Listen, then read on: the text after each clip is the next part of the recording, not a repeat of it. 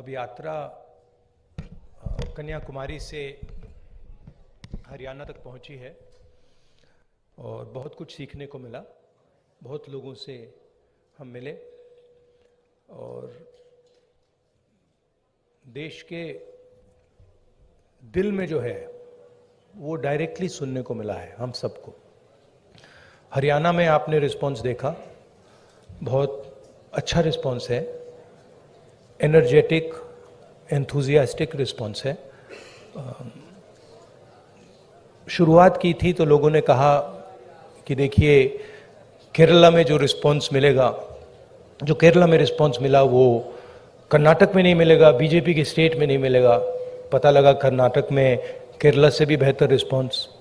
फिर कहा कि भाई साउथ में मिला है, अब जब हम महाराष्ट्र पहुंचेंगे तो रिस्पांस नहीं होगा, महाराष्ट्र में साउथ से भी अच्छा। और फिर जब हम हिंदी बेल्ट में जा रहे थे कहते हैं हिंदी बेल्ट में तो बिल्कुल नहीं होगा, महाराष्ट्र में रिस्पांस अच्छा, हिंदी बेल्ट में नहीं होगा। मध्य प्रदेश में देखा और भी इम्प्रूवमेंट। और फिर जब हम हरियाणा में आ रहे थे, नहीं बीजेपी की सरकार है, वो रिस्पांस नहीं मिलेगा, और भी इम्प्रूवमेंट। मतलब जहां जितना हम आगे बढ़ते जा रहे हैं रिस्पांस इम्प्रूव करता जा रहा है। तो मैं हरियाणा के युवाओं से, हरियाणा की जनता से, माताएं बहनों से दिल से धन्यवाद करना चाहता हूं कि आपने इतना प्यार दिया, आपने इतनी शक्ति दी, इसके लिए हम बहुत बहुत आभारी हैं। यहाँ पे लोगों ने, किसानों ने हमें हरियाणा की सच्चाई बताई, सड़कों पे हम चले हैं वो भी हमने देखा। तो रियलिटी हमारे और आपके सामने है। अब आप जो भी सवाल पूछना चाहते हैं पूछ सकते हैं। Would you like me to say शुक्रिया। English? Would you like me to say it in English और no need? No, I think Hindi is better. Dainik Bhaskar से महेश कुमार।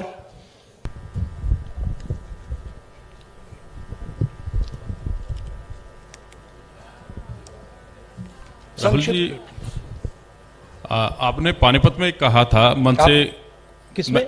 मैं महेश कुमार, दैनिक भास्कर से। हाँ, नहीं आपने क्या पानीपत मैं पूरा हरियाणा ही देखता हूँ। आपने पानीपत में कहा था कि पानीपत तय करता है कि दिल्ली की सरकार किसकी बनेगी, मन से कहा गया था। लेकिन नहीं, मन से कहा गया था, समझ नहीं आया। रैली सुनाई नहीं। आवाज नहीं आ रही मेरी?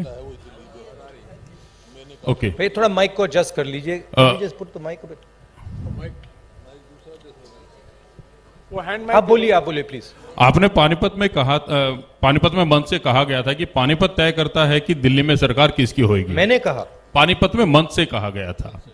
और करनाल में यह कहा गया कि यह यात्रा वोटों के लिए नहीं है। तो इसमें एक कहीं ना कहीं कंफ्यूजन है कि ये एक जन आंदोलन है या राजनीतिक यात्रा है। क्योंकि पॉलिटिशियन जिस भी थॉट के साथ कोई भी एक एक्टिविटी करता है, फुल टाइम पॉलिटिशियन, उसका थॉट तभी लागू होगा जब उसके पास सरकार होगी। तो एक चीज तो मैं ये जानना चाह रहा हूं कि इस यात्रा को हम जन आंदोलन और राजनीतिक यात्रा के बीच में कहां स्टैंड करा, देखें कहां पे है ये।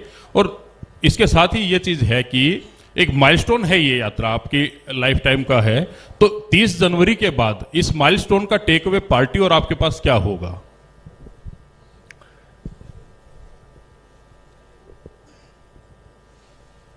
ये जो यात्रा है, जो हिंदुस्तान की आवाज को दबाया जा रहा है और जो हिंदुस्तान में डर फैलाया जा रहा है, हिंदुस्तान को जो बांटा जा रहा है, एक जात को दूसरी जात से, एक धर्म को दूसरे धर्म से जो लड़ाया जा रहा है, उसके खिलाफ ये यात्रा है। इस यात्रा का एक और लक्ष्य है और वो मेरा पर्सनल लक्ष्य है, और जो हमारे साथ लोग चल रहे हैं वो उनका भी लक्ष्य है। वो है कि हम इस यात्रा को तपस्या जैसे देख रहे हैं। हम अपने देश से प्यार करते हैं, देश की जनता से प्यार करते हैं, किसानों से, गरीब लोगों से प्यार करते हैं और उनके साथ हम चलना चाहते हैं। तो यात्रा का लक्ष्य पर्सनल है। यात्रा का लक्ष्य देश की जनता को देश की सच्ची आवाज सुनाने का है। अब देखिए, उससे राजनीतिक फायदा हो, नुकसान हो, उसके बारे में मैं नहीं कह सकता हूं। मगर यात्रा का लक्ष्य अवेयरनेस का है, और जो मेन 3 बातें हैं जो हम सब जगह कहते हैं, भारत जोड़ो,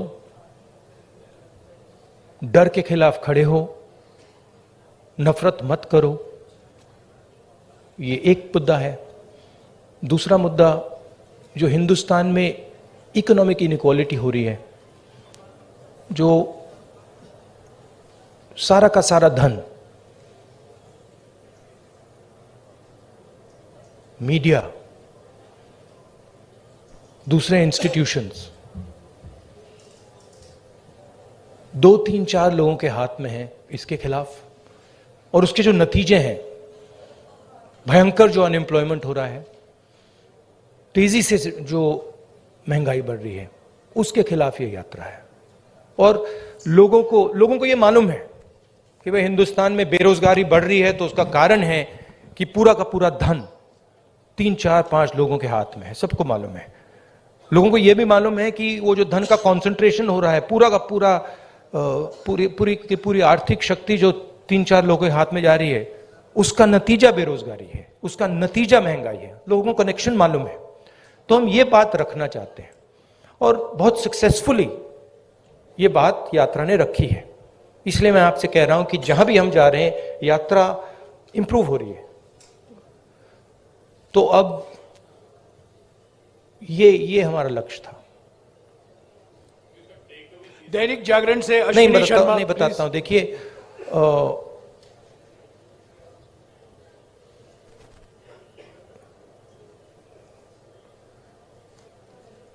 जब अर्जुन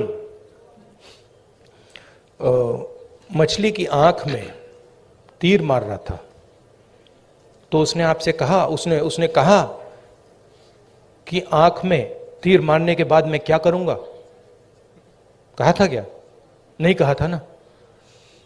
उस कहानी का मतलब है, वो गीता में भी है, तुम काम करो, जो होना है होगा, ध्यान काम पे रखो। तो वही थिंकिंग है यात्रा की भी। आपका सवाल अच्छा है। यात्रा के बाद एक और काम होगा, उसके बाद शायद एक और काम होगा, फिर आपको जवाब मिल जाएगा। शुक्रिया राहुल जी। जागरण से अश्विनी शर्मा, संक्षिप्त में प्लीज। हेलो, संक्षेप में मेरा सवाल इतना है सर कि यात्रा शुरू होने से पहले का राहुल गांधी और आज के राहुल गांधी में कितना अंतर है? हाँ, थैंक यू। हाँ, यात्रा शुरू होने से पहले के राहुल गांधी और करनाल तक पहुंचे, इसमें कितना अंतर आया है आपके अनुभव में और व्यक्तित्व में? भैया, ये तो आपका डिसीजन है। ये तो आप लोग जज, जूरी और एक्सिक्यूशनर हो। मेरा निर्णय तो नहीं है, मेरा डिसीजन तो नहीं है। तो ये तो आपको डिसाइड करना पड़ेगा, राहुल गांधी क्या है, कौन है, क्या नहीं है, क्या बदलाव आया, क्या बदलाव नहीं आया। उसमें थोड़ी सी सच्चाई आप बोल सकें तो अच्छी बात होगी, और नहीं बोल सकें तो वो भी ठीक है। पंजाब केसरी से मनोज राणा।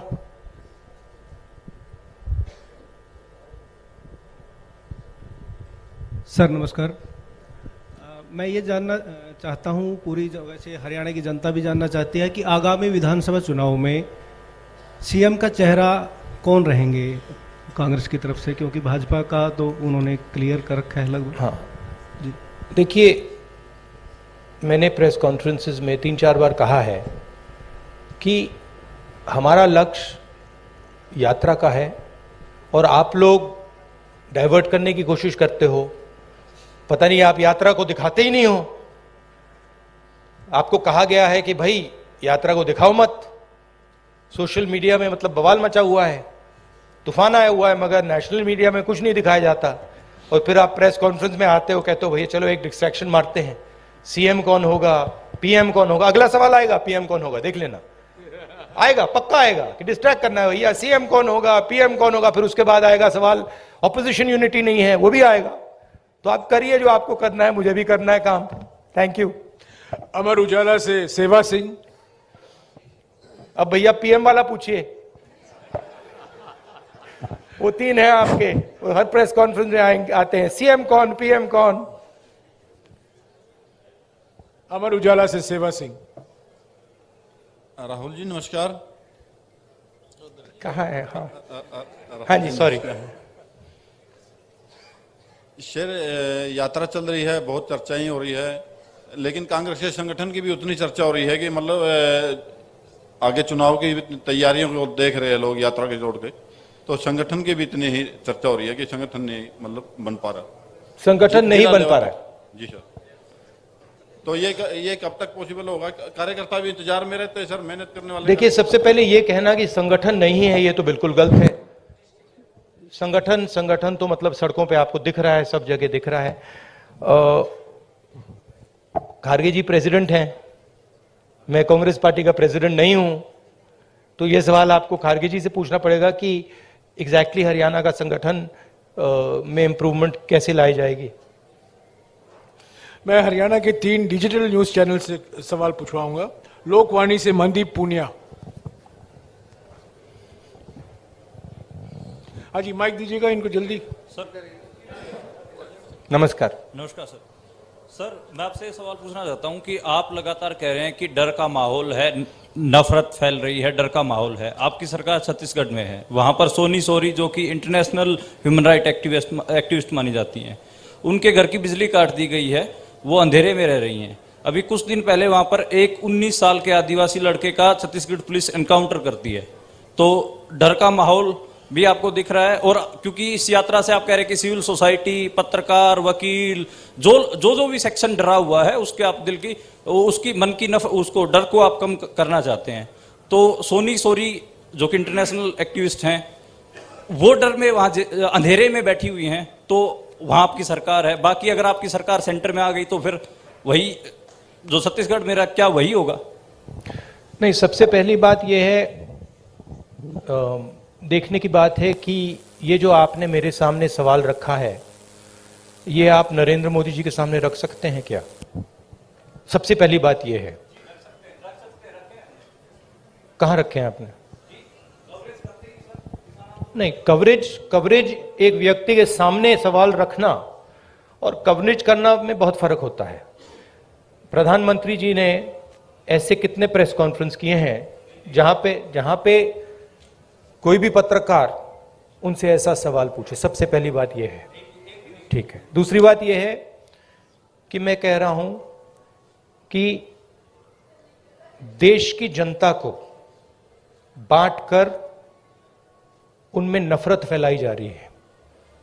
हिंदू मुस्लिम, अलग अलग जात के लोगों को लड़ाया जा रहा है। क्या कांग्रेस पार्टी ये करती है? कांग्रेस पार्टी ने कभी कहा है कि एक जात के व्यक्ति को दूसरे जात के व्यक्ति की हत्या करनी चाहिए? कांग्रेस पार्टी ने कभी कहा है कि एक धर्म को दूसरे धर्म से लड़ाया जाना चाहिए? कभी नहीं कहा है, हिस्ट्री में कभी नहीं कहा है। तो दूसरी बात यह है। तीसरी बात यह है कि जो वहां पे डर का माहौल है, उसके बारे में आपने हमें बताया है, हम जाके उसको देखेंगे, और अगर वहां पे हम उसके बारे में बोल सकते हैं, मैं बोलूंगा, ठीक है। और अगर वहां पे कुछ गलत हो रहा है तो मैं पर्सनली जाके उसको देख के उसमें मेरी जो राय होगी मैं रखूंगा, ठीक है। मगर मेन बात यह है कि जो देश में आज नफरत फैलाई जा रही है, जो हिंसा की जा रही है, वो छत्तीसगढ़ सरकार एज अ पॉलिसी नहीं कर रही है। वहां पे इश्यूज हैं, वहां पे लैंड एक्विजिशन की इश्यूज हैं, और वहां पे टेंशन है, मगर हमारी पॉलिसी वो नहीं है। धन्यवाद। मसले से सर्वमित्र कंबोज। नमस्कार सर। इधर सर, मैं देख रहा हूं आप स्पीच में जवान और यात्रा के बाद मैं आपको बताना चाहता हूं कि मैं पर्सनली वहां जाऊंगा और पर्सनली इस बात को समझने की कोशिश करूंगा। अगर वहां पे कोई कमी है तो उसको मैं सुधारूंगा। नमस्कार सर, इधर ही सर, आप नमस्कार। हर स्पीच में तकरीबन जवान और किसान की बात करते हैं। हाँ जी। किसान की अगर बात करें तो आपको पता है लंबा आंदोलन हमारे देश में हुआ, हालांकि सरकार ने कानून वापस ले लिए, लेकिन एमएसपी का मुद्दा अभी भी बरकरार है। उसके लिए किसान अभी भी संघर्ष कर रहा है। पंजाब में अभी चल रहा है, हरियाणा में भी चल रहा है। आपकी सरकार थी तब स्वामीनाथन आयोग की रिपोर्ट आ गई थी, लेकिन आपने लागू नहीं की। क्या अगर आपकी सरकार आ जाती है तो आप स्वामीनाथन आयोग की रिपोर्ट को लागू करेंगे? और जो किसान एमएसपी मांग रहा है, क्या वो आप एमएसपी देंगे? देखिए, ऐसी ये जो चीजें होती हैं, ये ऐसे कैजुअली नहीं कहा जा सकता है। ठीक है कि भैया, सबसे पहले मैं एक कांग्रेस पार्टी का मेंबर हूं, कांग्रेस पार्टी का लीडर हूं, बहुत सारे और हैं। तो अगर हम इस बात को सीरियसली कहना चाहते हैं तो ये डिस्कशन हम अपनी मैनिफेस्टो कमिटीज में करते हैं और उसको सीरियसली असेस करते हैं जी। उसके फाइनेंशियल इंप्लीकेशंस असेस करते हैं, उसके दूसरे इंप्लीकेशंस असेस करते हैं और फिर उस पर निर्णय लेते हैं। मैं यहां कह सकता हूं हाँ करेंगे ना करेंगे, उसका कोई मतलब नहीं है। जो हमारे मैनिफेस्टो में आएगा वो हमारा डिसीजन होगा और वो गारंटी करके हम करेंगे। जैसे हमने न्याय योजना के बारे में कहा था, हमने अलग अलग स्टेट्स में कर्जा माफी की बात की थी। जब हमारे मैनिफेस्टो में आ जाता है वो होगा ही होगा। ठीक है, तो पहली बात ये है। दूसरी बात ये है कि हम एक्सेप्ट करते हैं कि जो किसान है उसको चारों ओर से घेरा जा रहा है। उसको डायरेक्टली मारा जा रहा है, फ्यूल प्राइसेस से लेकर डायरेक्ट डीजल पेट्रोल के प्राइस से डायरेक्ट मारा जा रहा है। उसको इनडायरेक्टली मारा जा रहा है। बीमा का वो पैसा देता है, तूफान आता है, आंधी आती है, उसको पैसा नहीं मिलता। उसको डायरेक्टली खाद के प्राइसेस से मारा जा रहा है। तो हम एक बात एक्सेप्ट करते हैं कि जो हमारे देश की जो रीढ़ की हड्डी है, जो रीढ़ की हड्डी प्रोडक्शन करता है, जो हमें भोजन देता है, उस पर आक्रमण हो रहा है। वो जो 3 किसान की काले कानून थे, वो कानून नहीं थे, वो किसान को मारने के हथियार थे। जैसे डिमोनेटाइजेशन और गलत जीएसटी छोटे व्यापारियों को मारने के हथियार हैं, वो पॉलिसीज नहीं है। ठीक है, तो हम समझते हैं कि उनको प्रोटेक्शन की जरूरत है। और एक और बात, एक्सपोर्ट पॉलिसी भी उनको मारने का, उनसे चोरी करने का एक तरीका है। ठीक है, तो हम जानते हैं कि किसान पर आक्रमण हो रहा है और मैं आपको एक बात की गारंटी दे दूंगा कि कोई भी कांग्रेस पार्टी की सरकार आएगी, वो आक्रमण बंद होगा, किसान की रक्षा होगी, उसकी प्रोटेक्शन होगी। और अगर हम अरबपतियों का लाखों करोड़ रुपए कर्जा माफ कर सकते हैं तो हम किसानों की भी मदद कर सकते हैं। यह मैं आपको गारंटी करके दे सकता हूं। एमएसपी बहुत जरूरी मुद्दा है, उस पर हम चर्चा करेंगे, इंटरनल डिस्कशन करेंगे और उस पर हम निर्णय लेंगे। मगर मैं ऐसे प्रेस कॉन्फ्रेंस में इन चीजों के बारे में फ्लिपेंटली नहीं बोल सकता। मैं सीरियस आदमी हूं। मैं अगर मेरे मुंह से कुछ निकलता है तो क्रेडिबली निकलना चाहिए, सच्चाई निकलना चाहिए। नहीं, सप्लीमेंट्री नहीं, एक सेकंड, जवान की बात करता हूं। बेरोजगारी की बात बहुत ज्यादा, जिस स्टेट में आप बैठे हैं आंकड़ों के माफ हिसाब से कीजिएगा, टॉपर नो है। Supplementary please, topper. नो नहीं, सप्लीमेंट्री नहीं, एक हाँ, जवान के बारे में मैं आपको बताता जी, हूं। आपके जवाब दिया इन्होंने। एक सेकंड सर। आप कहते हैं कि कोई इंजीनियरिंग में जा रहा है, कोई मेडिकल करता है, आईएएस करना चाहते हैं, लेकिन जॉब्स नहीं है, यानी कि उनको पता नहीं कितनी जॉब्स हैं। तो आपके पास क्या ऐसा रोड मैप है? हमारे देश में हर साल लाखों ग्रेजुएट निकलते हैं, पोस्ट ग्रेजुएट निकलते हैं। सरकारी और प्राइवेट नौकरी में ऐसा कौन सा रोड मैप होगा कि हम उनको सेट कर पाएं? देखिए, ये देश अपने युवाओं से झूठ बोल रहा है। ठीक है, झूठ क्या है? मैं अब 3000 किलोमीटर चला हूं। युवाओं से मैं पूछता हूं, बच्चों से पूछता हूं क्या करना चाहते हो, 5 जवाब मिलते हैं। Engineer, doctor, lawyer, army, administration. ठीक है, और सारे के सारे, मतलब हजारों बच्चों ने मुझे ये 5 जवाब दिए हैं। रियलिटी ये है कि इनमें से 10% को, 15% को, ज्यादा से ज्यादा 10% भी मुश्किल है, 10% को इंजीनियर, डॉक्टर, लॉयर ये जॉब्स मिल जाएंगे, बाकी को नहीं मिलेंगे। तो इन सबके सपने टूटेंगे। मेरे पास एक बच्ची आई, कहती है मैं आईएएस में जाना चाहती हूं। मैंने कहा ठीक है बेटा, आईएएस में हर साल कितने लोग जाते हैं? मुझे कहती है 5 लाख लोग जाते हैं। मैंने उससे कहा नहीं बेटा, 5 लाख लोग नहीं जाते हैं, 150 लोग जाते हैं। रोने लग गई। तो ये देश अपने बच्चों से, अपने भविष्य से झूठ बोल रहा है और ये इनका दिल तोड़ेगा। हर रोज इनका दिल टूटता है, इनके सपने टूटते हैं। क्यों टूटते हैं? क्योंकि जो लोग इस देश को रोजगार दे सकते हैं, उनकी हम मदद नहीं करते हैं, उनकी हम प्रोटेक्शन नहीं करते हैं, उनके स्ट्रक्चर के बारे में हम नहीं सोचते। रोजगार कहां से आएगा? रोजगार अगर आप सेकंड ग्रीन रेवोल्यूशन करोगे, एग्रीकल्चर को ट्रांसफॉर्म करोगे, फूड प्रोसेसिंग फैक्ट्रीज के जाल बिछाओगे, रोजगार वहां से आएगा। करोड़ों लोगों को रोजगार मिल सकता है और रिस्पेक्टेबल रोजगार मिल सकता है। दूसरी बात, जो स्मॉल और मीडियम इंडस्ट्रीज को डिस्ट्रॉय किया गया है, और कोई शब्द ही नहीं है, डिस्ट्रॉय किया गया है। जीएसटी, डिमोनेटाइजेशन और कोविड के समय जो किया, वो दूसरे लोग हैं जो रोजगार दे सकते हैं, करोड़ों लोगों को रोजगार दे सकते हैं। मैं आपसे सवाल पूछना चाहता हूं, आप मुझे वो नाम बता दीजिए जो छोटी कंपनी चलाता हो, स्मॉल और मीडियम साइज इंडस्ट्री चलाता हो, जो आज लाखों करोड़ का मालिक हो गया है। नाम बता दो मुझे। आप ये होंडा गाड़ी चलाते हैं, इसका मालिक मैकेनिक था। ये टोयोटा गाड़ी चलाते हैं, इसका मालिक मैकेनिक था। आप मुझे मैकेनिक का नाम दे दो जो इस देश में बड़ा उद्योगपति बन गया है, बताओ। नहीं है। तो जो रोजगार दे सकते हैं, जो सपने पूरे कर सकते हैं, उनको उनकी हत्या हो रही है। तो रोड मैप क्या है?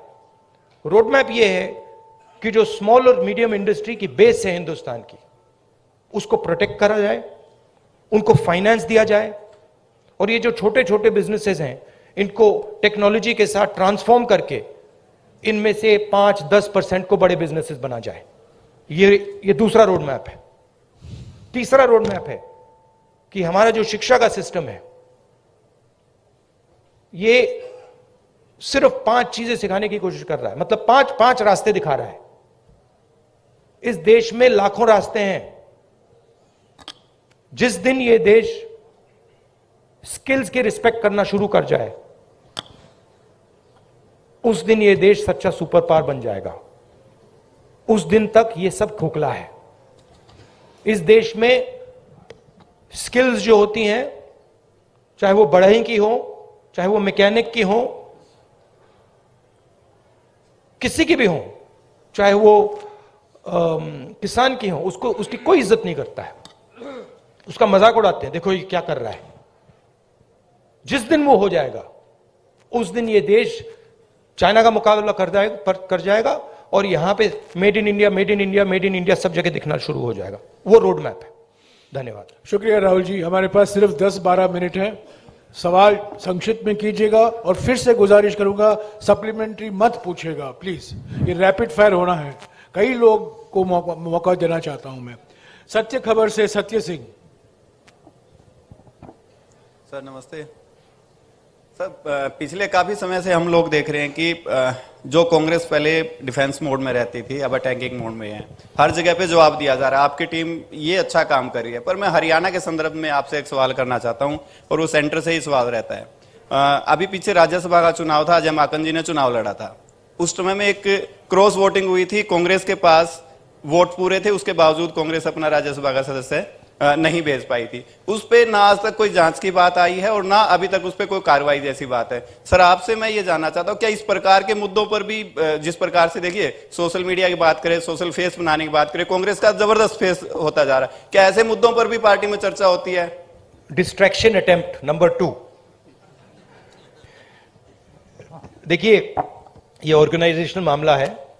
यहां पे पीसीसी प्रेसिडेंट बैठे हैं, खारगे जी प्रेसिडेंट हैं, ये आप उनसे पूछिए, इनसे पूछिए। मेरा लक्ष्य क्लियर है, जो देश की आवाज है उसको सामने लाने का। अच्छा अटेम्प्ट था, मैं कहूं कि उससे अच्छा था, ज्यादा सोफिस्टिकेटेड था, मगर मैं डिस्ट्रैक्ट नहीं होऊंगा। Thank you. शुक्रिया राहुल जी। टोटल टीवी से प्रदीप। नमस्कार राहुल जी, धन्यवाद। नहीं, एक और बात जो आपने कहा, नहीं एक बात आपने कही जिसका मैं जवाब देना चाहता हूं। आप बैठ सकते हैं। ये कांग्रेस का प्रेस कॉन्फ्रेंस है, बीजेपी का नहीं है, आरएसएस का नहीं है। राहुल जी, समय की पाबंदी भी है। हाँ, नहीं, मगर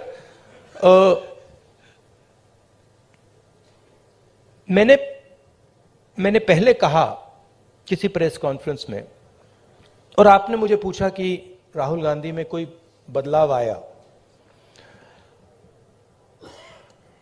एक बात मुझे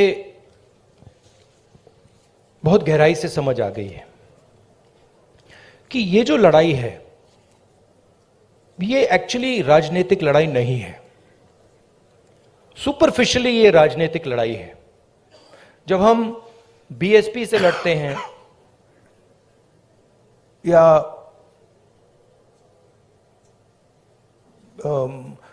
टीआरएस से हमारा चुनाव होता है, तो वो राजनीतिक लड़ाई होती है। मगर अब देश में एक चेंज आ गया है। जब से आरएसएस ने इस देश के जो इंस्टीट्यूशंस हैं उनको पकड़ा है, उस दिन से ये लड़ाई राजनीतिक नहीं रही। इसका ये अब दूसरी लड़ाई हो गई है।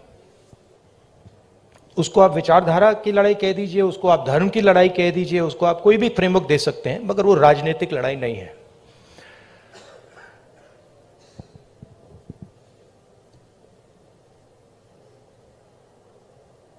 कांग्रेस पार्टी की अगर आप हिस्ट्री देखें, जो आपने कहा कार्यकर्ता में जोश आ गया है, यह तपस्या का संगठन है। इसको अगर आप तपस्या में लगाते हैं तो इसकी एनर्जी बढ़ती है। बीजेपी पूजा का संगठन है, उसको अगर आप पूजा में लगाएंगे उसमें स्ट्रेंथ आती है। अब बीजेपी, अब पूजा दो तरीके की होती है। धर्म की बात कर रहा हूं। पूजा नॉर्मली होती है कि भाई मैं भगवान के पास जाता हूं और मैं उनसे कुछ मांगता हूं। मगर इनिशिएटिव जो पूजा करता है उसका होता है। ठीक है, आरएसएस की पूजा अलग है। आरएसएस चाहता है कि फोर्सिबली उनकी पूजा हो। मोदी जी चाहते हैं, इसलिए वो आपसे नहीं मिलते हैं, कि फोर्सिबली उनकी पूजा हो और देश में सब लोग उनकी पूजा करें। उसका रिस्पॉन्स एक ही हो सकता है, उसका रिस्पॉन्स तपस्या ही हो सकता है, और कोई रिस्पॉन्स नहीं हो सकता है। और इसीलिए ये जो यात्रा है ये बहुत सक्सेसफुल है, क्योंकि इसमें सिर्फ कांग्रेस पार्टी तपस्या नहीं कर रही है, सिर्फ एक व्यक्ति तपस्या नहीं कर रहा है। इसमें लाखों लोग तपस्या कर रहे हैं। और इस यात्रा का मैसेज यही है कि जो मैंने अभी आपको बोला, जो आपने रोड मैप की बात पूछी, कि इस देश में तपस्या की रिस्पेक्ट होनी चाहिए, स्किल्स की रिस्पेक्ट होनी चाहिए, काम की रिस्पेक्ट होनी चाहिए। कांग्रेस पार्टी ये कहती है, हिस्टोरिकली ये कहा है, और बीजेपी कहती है, आरएसएस कहती है कि नहीं भैया, तपस्या की कोई रिस्पेक्ट नहीं होनी चाहिए। जो हमारी पूजा करेगा उसकी रिस्पेक्ट होगी। अब आप इस फ्रेमवर्क से नोटबंदी को देखिए।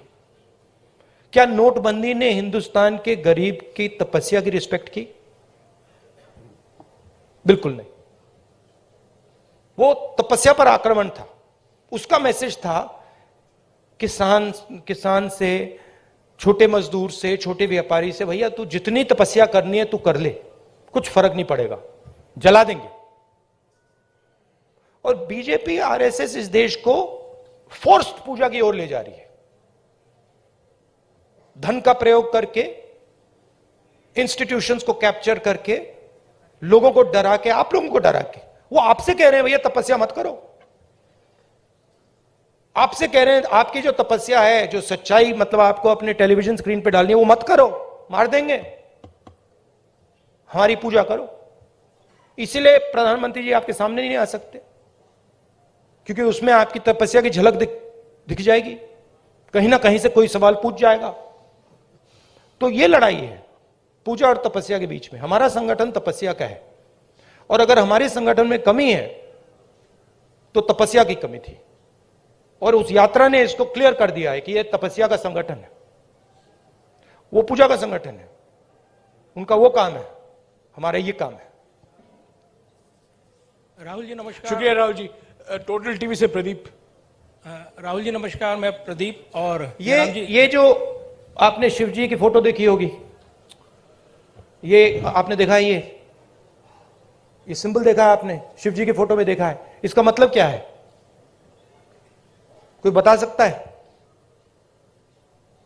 आप कहेंगे आशीर्वाद, आशीर्वाद नहीं है, ये अभय मुद्रा है, डरो मत, ये तपस्या का सिग्नल है। अपना काम करो, तपस्या करो, डरो मत। इसीलिए तो कांग्रेस का ये सिंबल है।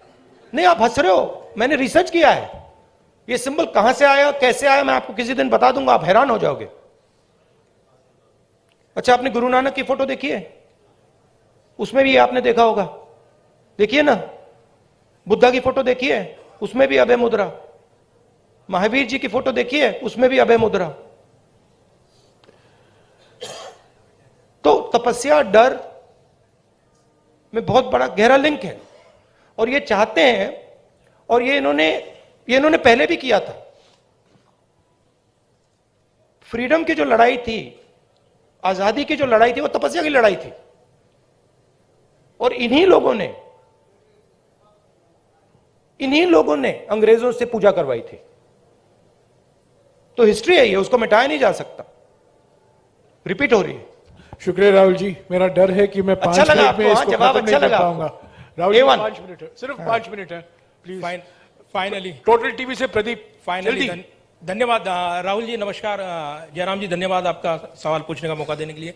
राहुल जी, हमने देखा है जब ये यात्रा चल रही है, आपकी टी शर्ट बहुत चर्चाओं में है, और खासतौर से मुझे आप लोगों ने डांट भी पड़वा दी, और ये डांट पड़वा दी आपने मुझे। टी शर्ट कर करके मामा ने डांट मार दी मुझे कि तुम कैसे घूम रहे हो। राहुल जी, सवाल मेरा ये है कि ये यात्रा जो है राहुल गांधी की इमेज बदलने में कितनी कामयाब रही है? चर्चा ये भी है राहुल गांधी की इमेज बदली है, आप इसे एक बड़ी उपलब्धि व्यक्तिगत तौर पर देखते हैं? और दूसरा सवाल इसी से जुड़ा नहीं, एक ही सवाल प्लीज प्रदीप, एक ही सवाल प्लीज। हरियाणा का जिक्र प्लीज, मुझे रोकना पड़ेगा आपको, प्लीज एक ही सवाल। राहुल गांधी आपके दिमाग में है, मैंने मार दिया उसको, वो है ही नहीं, मेरे माइंड में है ही नहीं, गया, वो गया। जिस व्यक्ति को आप देख रहे हो वो राहुल गांधी नहीं है, वो आपको दिख रहा है। बात नहीं समझे आप? हिंदू धर्म को पढ़ो थोड़ा, शिव जी को पढ़ो, समझ आ जाएगी बात। ऐसे मत, हैरान मत हो, हैरान मत हो। राहुल गांधी आपके दिमाग में है, मेरे दिमाग में है ही नहीं। राहुल गांधी बीजेपी के दिमाग में है, मेरे दिमाग में है ही नहीं। इतना मतलब हैरान क्यों लग रहे हो आप? शुक्रिया प्रदीप। इमेज का मुझे कुछ लेना देना नहीं है, इमेज में कुछ इंटरेस्ट नहीं है। जो इमेज आप रखना चाहते हो रख दो, अच्छी रखनी है रख दो, खराब रखनी है रख दो, वो आपका है, मेरा नहीं है, कोई फर्क नहीं पड़ता मुझे अपना काम करना है। जनता टीवी से स्पर्श शर्मा। हैरान क्यों लग रहे हो आप? राहुल जी, 2-3 सवाल बाकी हैं, प्लीज इनको ले लीजिएगा। जनता टीवी से स्पर्श शर्मा। सर सामने।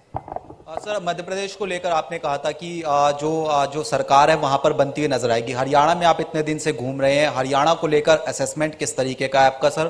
प्लस सर, जोशीमठ में जिस तरीके के हालात है सर, उसको लेकर क्या कहेंगे? देखिए, हरियाणा का मैं आपको बता देता हूं। और सिर्फ हरियाणा का नहीं, नॉर्दर्न बेल्ट में एक्चुअली काफी हैरान हुआ कि आप लोगों ने कहा था कि नॉर्दर्न बेल्ट में रिस्पांस अच्छा नहीं आएगा। नॉर्दर्न बेल्ट में सदर्न बेल्ट से अच्छा रिस्पांस आ रहा है। यूपी में आपने देखा, पता नहीं देखा या नहीं, यूपी में, मध्य प्रदेश में, राजस्थान में और हरियाणा में ट्रेमेंडस रिस्पांस है, बहुत अच्छा रिस्पांस है। तो यहां पॉजिटिव ही होगा, कांग्रेस पार्टी की सरकार आएगी विदाउट डाउट। मगर मेरे लिए वो ज्यादा इंपॉर्टेंट नहीं है, फ्रैंकली मैं आपको बताऊं, चाहे वो मध्य प्रदेश की बात हो या हरियाणा की बात हो, मुझे इंटरेस्ट इस बात में है कि कांग्रेस पार्टी की कैसी सरकार आएगी। और मैं उस बात को गारंटी करना चाहता हूं कि कांग्रेस पार्टी की सरकार हरियाणा में आए, मध्य प्रदेश में आए, तो वो किसानों की सरकार हो, रिस्पेक्ट की सरकार हो, सब लोगों को सुनने की सरकार हो। मुझे उसमें इंटरेस्ट है, क्योंकि आप सवाल को गलत जगह रोक देते हो। सरकार किसकी आएगी? नहीं, सरकार आने के बाद वो सरकार 5 साल क्या करेगी, उसमें इंटरेस्ट है मुझे। शुक्रिया राहुल जी। आखिरी सवाल इंडिया न्यूज हरियाणा से इशिका ठाकुर।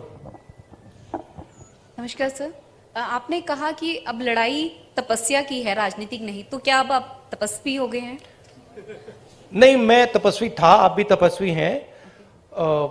ये देश तपस्वियों का देश है। जैसे लोगों ने कहा कि देखो राहुल गांधी कितने किलोमीटर चल गया, लोग ये क्यों नहीं कहते कि देखो किसान कितने किलोमीटर चलता है?